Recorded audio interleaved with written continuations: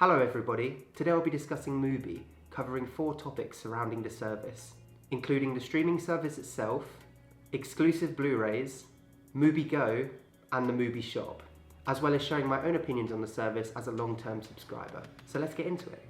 Diverting away from the typical safe format of categorizing their homepage into genres, you have to give credit to MUBI for not shying away from obscure segmentation, such as their own picks from specific film festivals or showcasing their film of the day. Even when the films are separated into genres, it's not as cut and dry as horror or action. It's growing pains, coming of age films, in the mood for love, or thrills, chills, and exquisite horrors.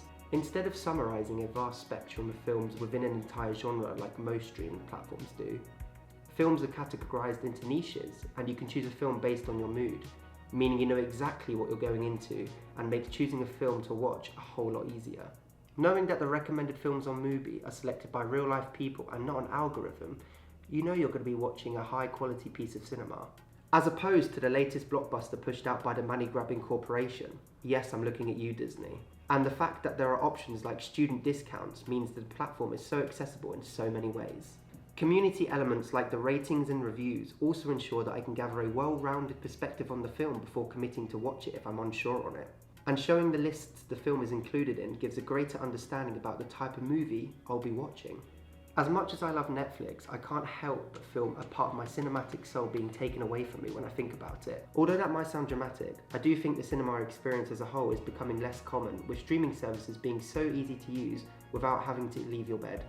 MUBI Go is a service that embraces cinema in its purest form and more, with special events and Q&As with the directors and the cast, being 2 examples of how MUBI isn't just embracing cinema but also innovating it.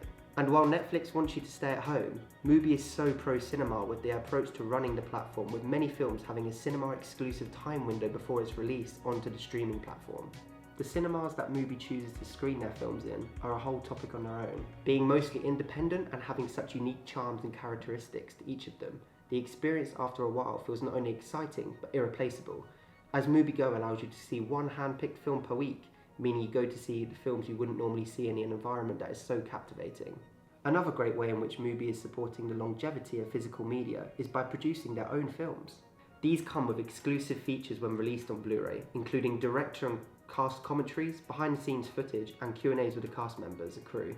The consistent designs and concepts used are so clean and are branded so immaculately that anyone who's been on the website for 5 minutes could pick MUBI merch out of a lineup.